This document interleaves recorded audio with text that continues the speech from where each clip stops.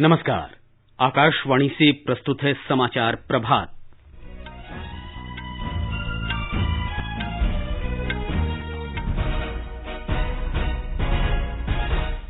सरकार ने 33 नए लड़ाकू विमानों सहित 38,900 करोड़ रुपए के रक्षा सौदों को मंजूरी दी।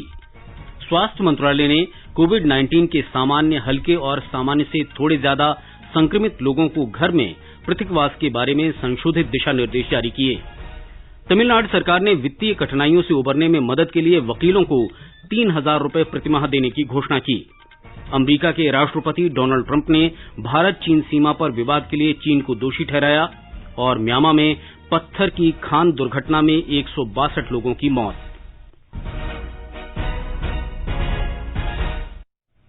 समाचार प्रभात के इस अंक में अपने सहयोगी सिद्धार्थ सिंह के साथ मैं मुकेश कुमार। रक्षा खरीद परिषद ने भारतीय सैन्य बलों के लिए 38,900 करोड़ रुपए के आवश्यक रक्षा उपकरणों की खरीद के प्रस्तावों को मंजूरी दी है। रक्षा मंत्री राजनाथ सिंह की अध्यक्षता में कल हुई इस बैठक में उत्पादों के स्वदेशी डिजाइन और विकास पर जोर दिया गया। इन प्रस्तावों में भारतीय उद्योगों से 31,130 करोड़ रुपए तक की खरीद शामिल है। उपकरणों का निर्माण भारत में किया जाएगा। इसमें विभिन्न सूक्ष्म, लघु और मध्यम उद्यमों की भागीदारी शामिल है। नई मिसाइल प्रणालियों की खरीद से सेना के तीनों अंगों की ताकत में वृद्धि होगी। स्वास्थ्य और परिवार कल्याण मंत्रालय ने कोविड-19 के ऐसे रोगियों को घर पर ही पृथकवास में रहने के लिए दिशा निर्देश जारी किए हैं जिनमें महामारी के लक्षण बेहद मामूली हैं या लक्षण नहीं दिखाई दे रहे। देश भर में इस तरह के रोगियों का बड़ी संख्या में पता चलने के बाद ये दिशा निर्देश जारी किए गए हैं। इन रोगियों के घर में पृथकवास की सुविधा होनी चाहिए।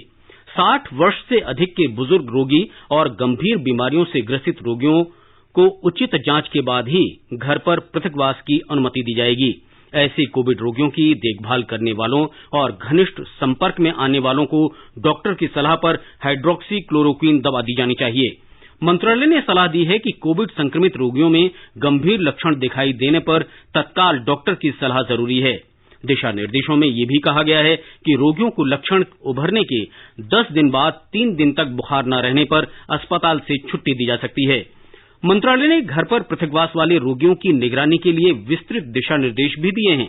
राज्य और जिला प्रशासनों को कहा गया है कि वे अपने स्वास्थ्य कर्मचारियों और निगरानी दस्तों के जरिए रोजाना ऐसे रोगियों का ध्यान रखें।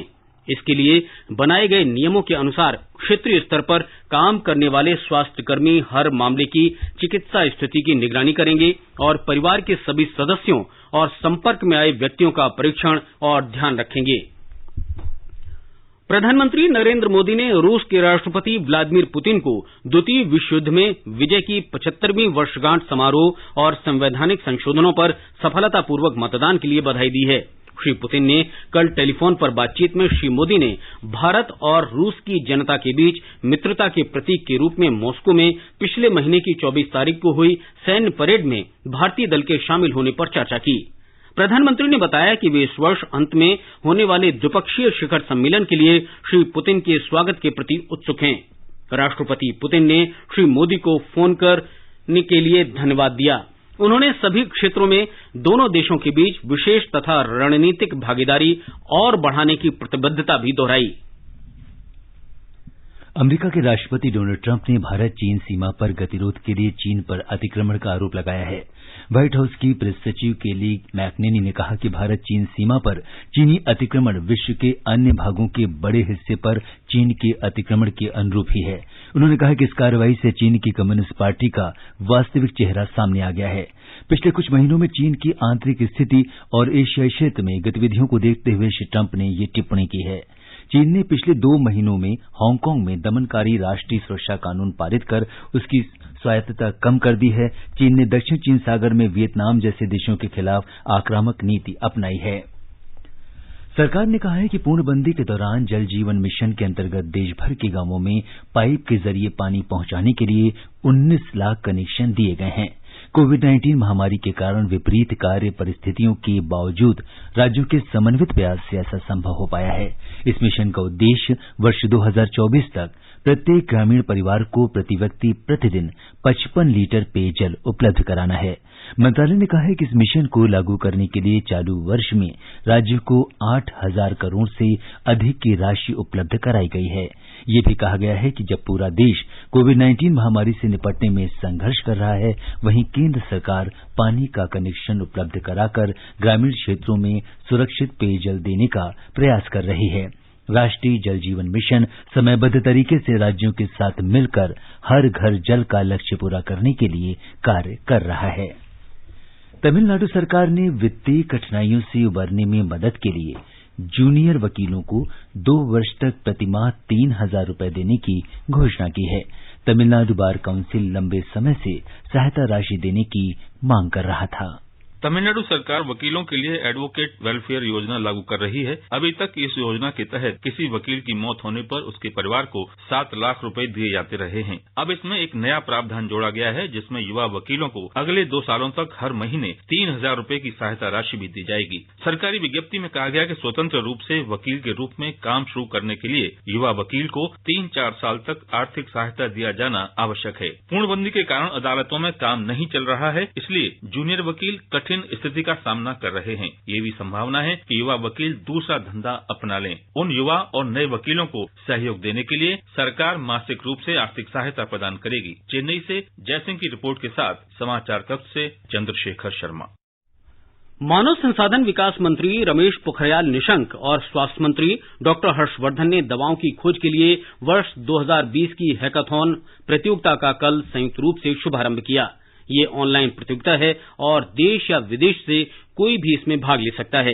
इस अवसर पर श्री निशंक ने कहा कि दवाओं की खोज की ये हैकाथॉन देश में अपनी तरह की पहली राष्ट्रीय पहल है और इससे दवाओं की खोज को बढ़ावा मिलेगा। उन्होंने कहा कि अंतर्राष्ट्रीय प्रतिभाओं को इसमें भाग लेने को प्रेरित करने के लिए इसे इस क्षेत्र के दुनिया भर के पेशेवर, विशेषज्ञों, अनुसंधानकर्ताओं, विद्यार्थियों और शैक्षिक संकाय के सदस्यों के लिए खुला रखा गया है। ये पूरे विश्व का ड्रग डिस्कवरी हैकाथॉन पहला है पूरी दुनिया का, जो ये 3 चरणों में होने वाला है। ये हैकाथॉन, ये इनोवेशन दुनिया के लिए एक ऐसा प्लेटफॉर्म तैयार करना है। ये केवल ड्रग की खोज के प्रति छात्रों में और शोधकर्ताओं में उत्सुकता ही पैदा करना नहीं है, बल्कि जैव चिकित्सा की दिशा में एक नए अभियान की शुरुआत करना भी इसके पीछे ये हेतु है।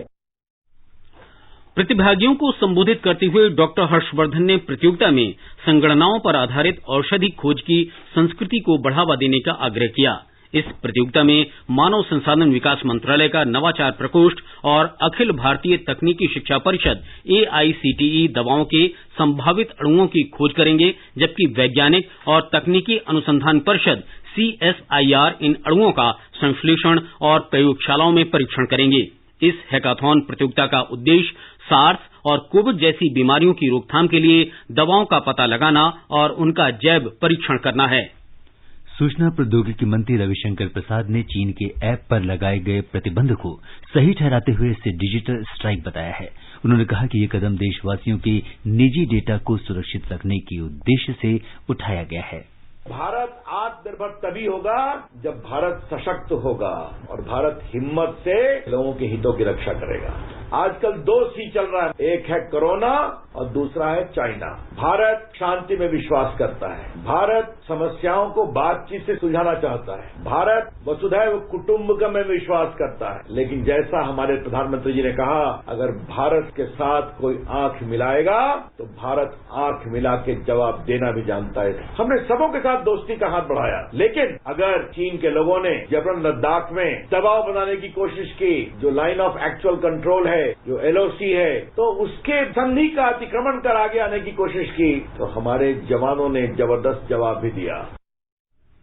भारत और चीन अपने सीमा क्षेत्रों में वास्तविक नियंत्रण रेखा पर स्थिति सामान्य बनाने के लिए स्थापित राजनयिक और सैन्य माध्यमों के जरिए बातचीत कर रहे हैं। विदेश मंत्रालय के प्रवक्ता अनुराग श्रीवास्तव ने बताया कि दोनों पक्षों के वरिष्ठ कमांडरों ने पिछले महीने की 6, 22 और 30 तारीख को बातचीत की थी। मानव संसाधन विकास मंत्री रमेश पोखरियाल निशंक ने प्राइमरी की कक्षाओं के लिए 8 सप्ताह का वैकल्पिक शैक्षणिक कैलेंडर जारी किया है। इसमें बच्चों को घर पर ही रहकर शिक्षा प्रदान करने के लिए टेक्नोलॉजी और सोशल मीडिया का उपयोग कर पढ़ाई के लिए विस्तृत दिशा निर्देश दिए हैं।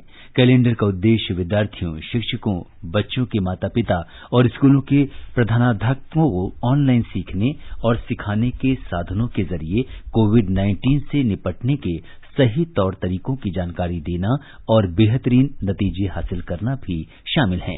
इस अवसर पर मानव संसाधन विकास मंत्री ने कहा कि इन दिशा निर्देशों से सोशल मीडिया जैसी विभिन्न प्रकार की टेक्नोलॉजी का उपयोग करके मनोरंजक तरीके से शिक्षकों, माता पिता और बच्चों को उनके घरों पर ही शिक्षा और सूचना दी जा सकेगी। सरकार का प्रमुख कार्यक्रम फिट इंडिया सोशल मीडिया पर एक वार्तालाप श्रृंखला शुरू कर रहा है। इसमें शीर्ष खिलाड़ी स्कूली बच्चों को प्रोत्साहित करेंगे। फिट इंडिया वार्ता के नाम से ये सत्र मानव संसाधन विकास मंत्री रमेश पोखरियाल निशंक, खेल मंत्री किरेन रिजिजू, बैडमिंटन खिलाड़ी पीवी सिंधु और फुटबॉल टीम के कप्तान सुनील छेत्री की उपस्थिति में आज शुरू होगा। कई जाने माने खिलाड़ी अपने बचपन के अनुभव साझा करेंगे और बताएंगे कि उन्हें खेल के प्रति कैसे बढ़ावा मिला। वे अपनी असफलताओं, संघर्ष और सफलता की कहानी भी साझा करेंगे। 14 जुलाई तक इस कार्यक्रम में कुल 6 सत्र होंगे। ये कार्यक्रम रमेश पोखरियाल निशंक के सोशल मीडिया पेज, मानव संसाधन विकास मंत्रालय के social media page, fit India Facebook और यूट्यूब चैनल, भारतीय खेल प्राधिकरण के Facebook page, sports talk YouTube channel, DD sports channel और यूट्यूब चैनल पर उपलब्ध रहेंगे। मौसम विभाग ने मुंबई और आसपास के तटीय जिलों में कहीं कहीं भारी से बहुत भारी वर्षा होने का अनुमान व्यक्त किया है और अगले 2 दिनों के लिए ऑरेंज अलर्ट जारी किया है। ऑरेंज अलर्ट का अर्थ होता है कि अधिकारियों को खराब मौसम से उत्पन्न किसी भी स्थिति से निपटने की तैयारी करनी चाहिए। एक रिपोर्ट। मौसम विभाग की वरिष्ठ निदेशक शुभांगी भुट्टे ने कहा, कोंकण क्षेत्र के रत्नागिरी जिले में आज अलग थलग स्थानों पर अत्यधिक भारी वर्षा होने की संभावना है। वहीं मौसम विभाग के अनुसार कोंकण के ही रायगढ़ जिले में शनिवार को भारी बारिश होने की संभावना है। मुंबई में भी अगले 48 घंटों में भारी से बहुत भारी वर्षा हो सकती है। मौसम विभाग की गणना के अनुसार 24 घंटों में 64.5 मिलीमीटर और 115.5 मिलीमीटर के बीच होने वाली बारिश को भारी वर्षा माना जाता है, जबकि 115.5 mm और 204.5 mm के बीच होने वाली बारिश को बहुत भारी माना जाता है। और अगर ऐसी बारिश केवल 24 घंटों में होती है तो उसे अत्यधिक भारी वर्षा के रूप में वर्गीकृत किया जाता है। सोनाली घटाड़ पाटिल, आकाशवाणी समाचार, मुंबई। कोविड-19 ने शिक्षा प्रणाली, विशेष रूप से कक्षा शिक्षण कार्य में गतिरोध उत्पन्न कर दिया है। ग्रामीण क्षेत्र के विद्यार्थियों पर इसका सबसे ज्यादा प्रभाव पड़ा है। भारतीय प्रौद्योगिकी संस्थान कानपुर ने इस समस्या को दूर करने के लिए कक्षा से घर पर शिक्षण प्रणाली विकसित की है। इसके जरिए स्मार्टफोन का इस्तेमाल करते हुए अध्यापकों के व्याख्यान और निर्देश रिकॉर्ड किए जा सकते हैं। इस ऐप का नाम मोबाइल मास्टर जी है। ये ऐप ग्रामीण क्षेत्र के विद्यार्थियों के लिए काफी मददगार होगा। एक रिपोर्ट।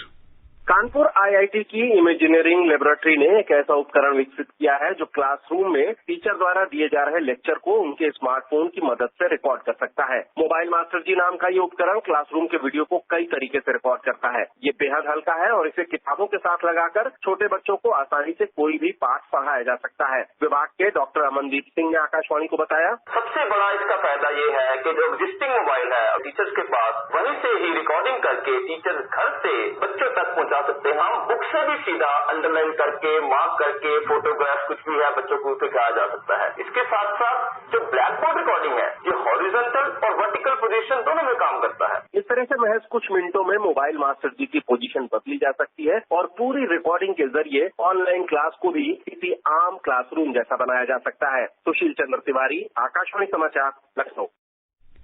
सिनेमा जगत की जानी मानी नृत्य निर्देशक सरोज खान का आज तड़के दिल का दौरा पड़ने से देहांत हो गया। वे 71 वर्ष की थीं। सरोज खान को पिछले महीने की 17 तारीख को सांस लेने में कठिनाई की शिकायत के बाद मुंबई में बांद्रा के गुरु नानक अस्पताल में भर्ती कराया गया था। वे मधुमेह और अन्य संबंधित बीमारियों से पीड़ित थीं। उनकी कोरोना वायरस जांच निगेटिव पाई गई थी। सरोज खान की अंत्येष्टि मुंबई में मलाड स्थित कब्रिस्तान में कर दी गई। माया नगरी में सरोज खान ने 4 दशक से अधिक समय तक 2000 से अधिक गीतों का निर्देशन किया। उनका बचपन का नाम निर्मला था। विभाजन के बाद उनके माता पिता भारत आए। उन्होंने 3 वर्ष की उम्र में बाल कलाकार के रूप में नजराना फिल्म से अपने करियर की शुरुआत की। बाद में 1950 के दशक में उन्होंने नृत्य निर्देशक के रूप में काम किया। उन्होंने फिल्म कोरियोग्राफर बी सोहनलाल से नृत्य का प्रशिक्षण लिया। बाद में वे स्वयं कोरियोग्राफी की ओर उन्मुख हुई। उन्होंने 1974 में बनी गीता मेरा नाम फिल्म में स्वतंत्र कोरियोग्राफर के रूप में काम किया। लेकिन 3 बार राष्ट्रीय पुरस्कार जीतने वाली इस नृत्य निर्देशिका को प्रसिद्धि के लिए वर्षों इंतजार करना पड़ा। उन्होंने श्रीदेवी के साथ काम किया। 1987 में बनी मिस्टर इंडिया में हवा हवाई गीत और 1986 में नागिन, 1989 में चांदनी जैसी फिल्मों और 1988 में माधुरी दीक्षित के साथ तेजाब फिल्म के सुपरहिट गीत 1, 2, 3 से उन्हें ख्याति प्राप्त हुई। आगे बढ़ने से पहले एक नजर फिर मुख्य समाचारों पर। सरकार ने 33 नए लड़ाकू विमानों सहित 38,900 करोड़ रुपए के रक्षा सौदों को मंजूरी दी। स्वास्थ्य मंत्रालय ने कोविड-19 के सामान्य, हल्के और सामान्य से थोड़े ज्यादा संक्रमित लोगों को घर में पृथकवास के बारे में संशोधित दिशा निर्देश जारी किए। तमिलनाडु सरकार ने वित्तीय कठिनाइयों से उबरने में मदद के लिए वकीलों को 3,000 रुपए प्रतिमाह देने की घोषणा की। अमेरिका के राष्ट्रपति डोनाल्ड ट्रंप ने भारत चीन सीमा पर विवाद के लिए चीन को दोषी ठहराया और म्यांमार में पत्थर की खान दुर्घटना में 162 लोगों की मौत। म्यांमार में उत्तरी कच्छ प्रांत में पत्थर की एक खान दुर्घटना में 162 लोगों की मौत हो गई है। म्यांमार के दमकल विभाग ने बताया है कि पकांत में मलबे से 162 शव निकाले जा चुके हैं। इस स्थान पर विश्व का सबसे बड़ा और आकर्षक पत्थर खान उद्योग है। इस घटना में 54 लोग घायल हुए हैं और उन्हें अस्पताल में भर्ती कराया गया है। कई लोगों के लापता होने की भी आशंका है। आपात कर्मियों को मलबे से शव निकालने के लिए काफी मशक्कत करनी पड़ी। संयुक्त राष्ट्र महासचिव अंतोनियो गुतरश ने मृतकों के प्रति गहरा दुख व्यक्त किया है और पीड़ित परिवारों तथा म्यांमार की सरकार को संवेदना संदेश भेजे हैं। उत्तर प्रदेश के कानपुर जिले में अपराधियों के साथ मुठभेड़ में एक पुलिस उपाधीक्षक सहित 8 पुलिसकर्मी शहीद हो गए हैं। ये मुठभेड़ उस समय हुई जब पुलिस का एक दल 60 आपराधिक मामलों के हिस्ट्रीशीटर विकास दुबे को गिरफ्तार करने के लिए कल रात चौबेपुर थाना के अंतर्गत दिकरू गांव जा रहा था। जब ये दल अपराधियों के ठिकाने पर पहुंचने वाला था, तभी एक मकान की छत से उन पर अंधाधुंध गोलीबारी की गई।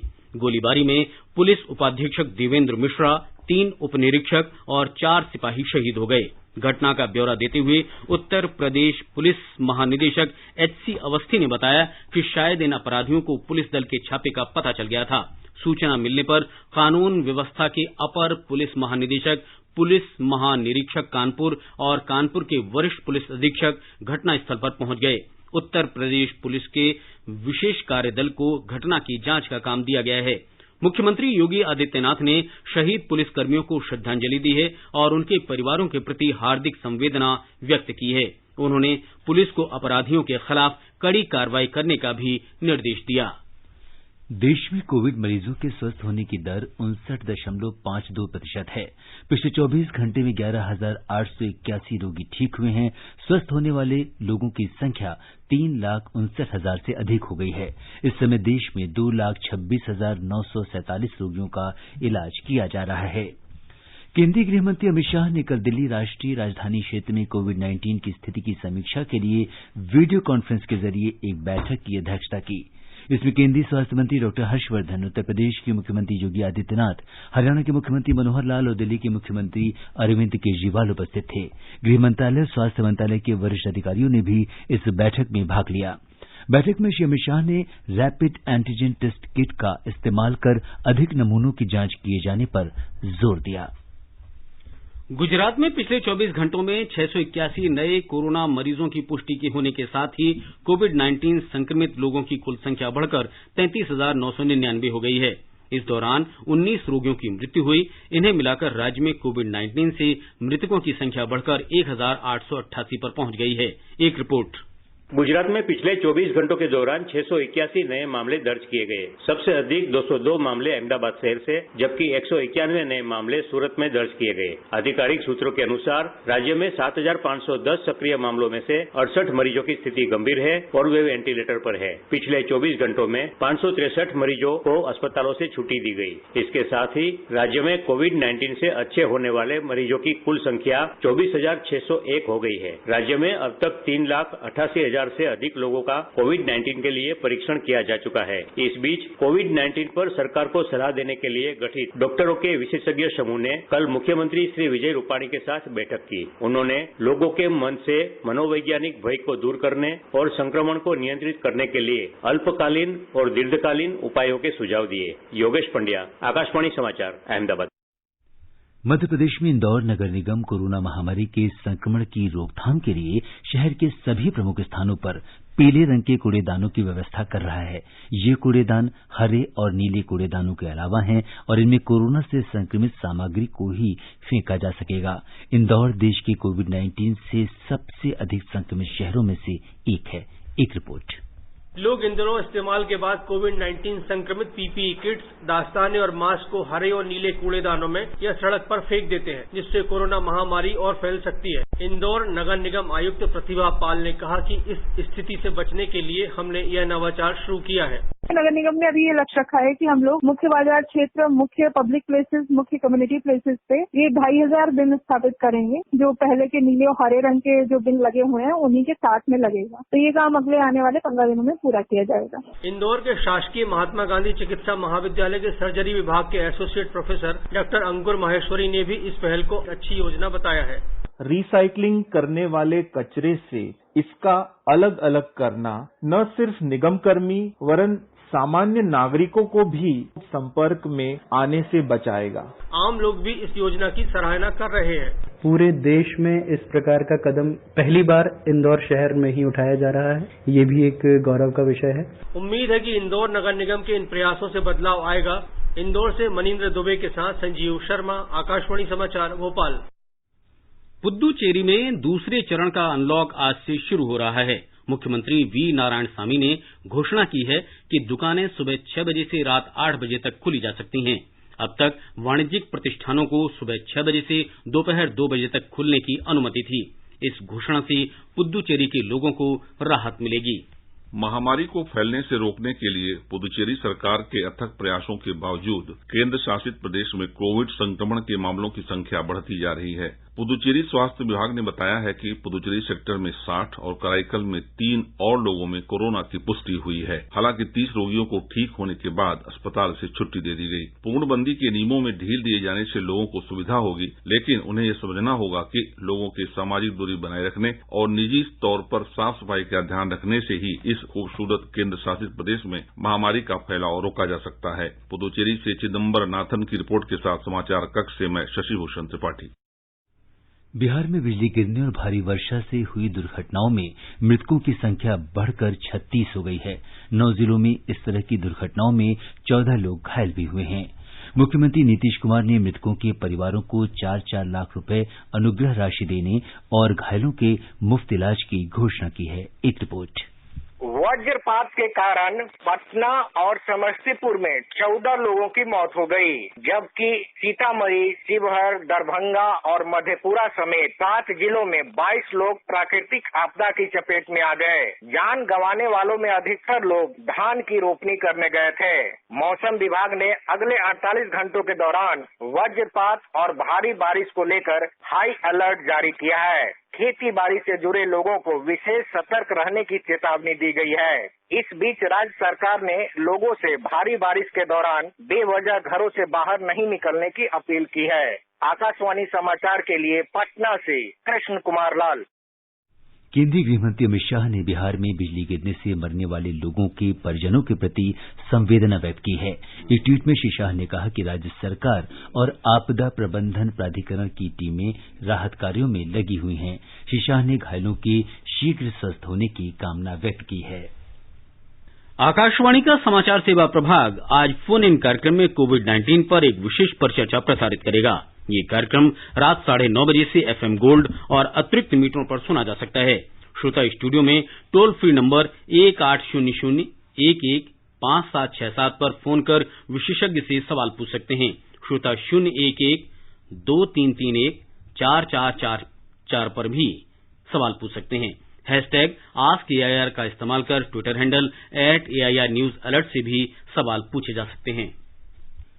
विशेषज्ञों की सलाह श्रृंखला के अंतर्गत आकाशवाणी कोविड-19 के बारे में प्रमुख चिकित्सकों की राय प्रसारित करता है। अखिल भारतीय आयुर्विज्ञान संस्थान में पल्मोनरी मेडिसिन विभाग के अध्यक्ष डॉक्टर अनंत मोहन ने कहा है कि हाइड्रोक्सी क्लोरोक्विन अथवा मलेरिया रोधी कोई भी औषधि बिना चिकित्सक की सलाह के नहीं लेनी चाहिए।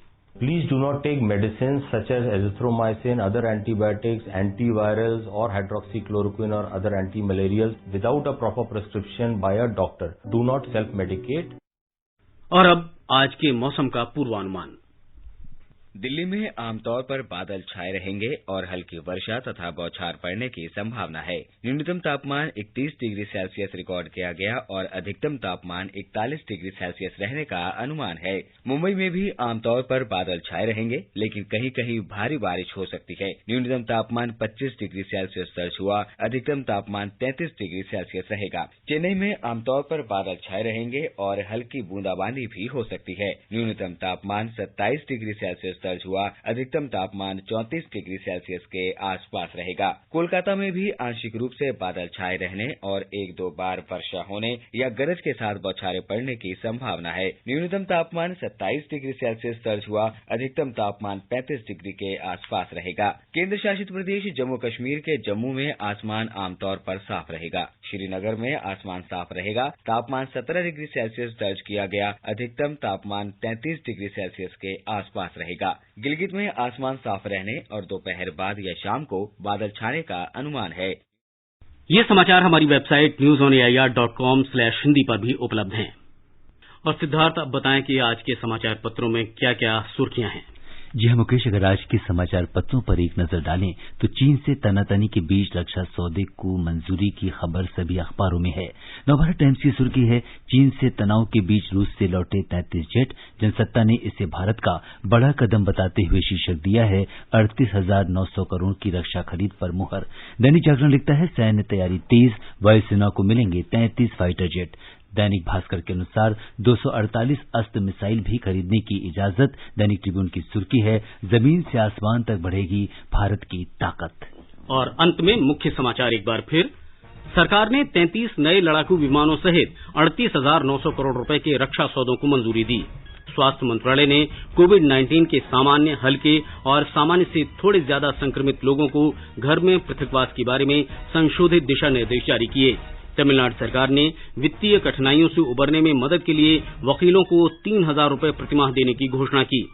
अमेरिका के राष्ट्रपति डोनाल्ड ट्रंप ने भारत चीन सीमा पर विवाद के लिए चीन को दोषी ठहराया और म्यांमार में पत्थर की खान दुर्घटना में 162 लोगों की मौत। इसके साथ ही समाचार प्रभात का ये अंक समाप्त हुआ। नमस्कार।